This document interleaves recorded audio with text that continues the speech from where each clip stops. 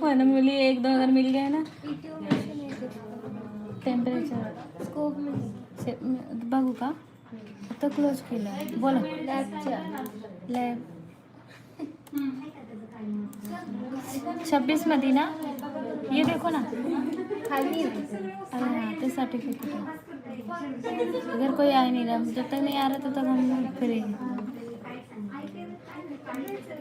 PTO